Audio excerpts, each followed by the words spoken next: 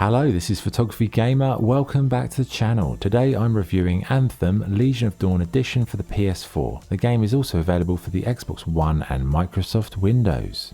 Anthem is an online multiplayer action game developed by BioWare.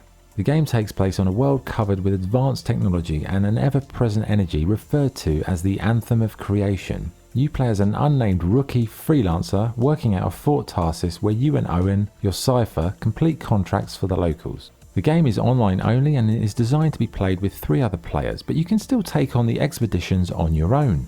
The Legion of Dawn edition comes with some exclusive gear including armor and a powerful firearm to give you a quick start.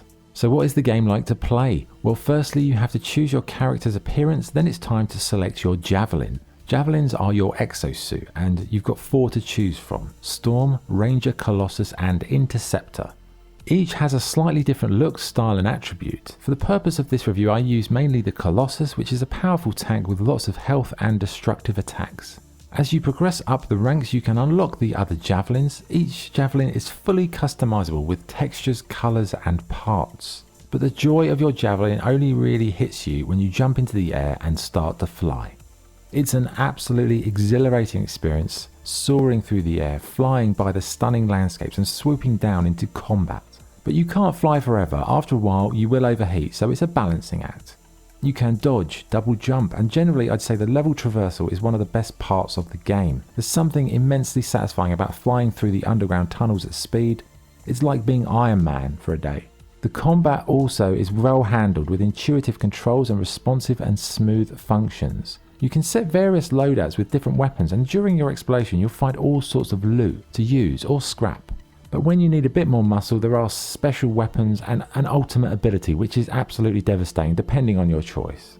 The game world is absolutely gorgeous with amazing landscapes full of colour, detail and character. As you fly around and go from mission to mission you'll be blown away how things look. Whether you're out gathering resources, exploring underwater caves, flying through tunnels or just creating hell in an enemy camp. The graphical artist really did a wonderful job. But not everything is as fantastic as the visuals. The missions on the whole are quite underwhelming with most of them recycled way too many times. That's not to say they're all bad, some of the missions are incredible, it's just a shame they're very sporadic and infrequent. You can also free explore if you wish, but after a while that too becomes tedious. I'd say there's just a bit too much grinding in the game, especially in the mid game. Yes, there are things like time trials and like some uninspired conversations with locals, but for the most part you'll be doing missions that involve you go to point A, press a switch, kill enemies, go to point B, press a switch, kill enemies, repeat 3 more times, do something similar, have a boss, the end. The matchmaking for multiplayer was generally fine, but the technical performance of the game is a bit of an issue. The servers are very unstable and it's really annoying when you're trying to get into the game. Every 20 minutes it starts to kick you out. There were also graphical glitches, the occasional crash, and it just feels like a game that should have had all these things ironed out by now. It does make you feel like the developers have just moved on to other stuff, like the technical issues here, they're not important, they're just like, oh sod it, let's leave it as it is. So summarising it, it's a great fun game to fly around, get into skirmishes and explore the map, but the missions are lackluster, the technical performance is poor, and the grind is pretty tedious.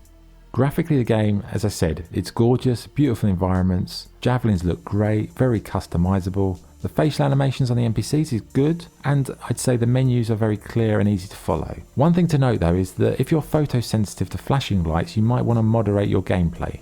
As in some of the dark tunnels it can become a bit like a strobe light show from a nightclub. The music is excellent, the sound effects fit perfectly and the voice acting is of a very high standard. I'd also say they've really gone big on budget on voice actors. Despite most of the dialogue being a bit of a chore to get through, at least it's well acted.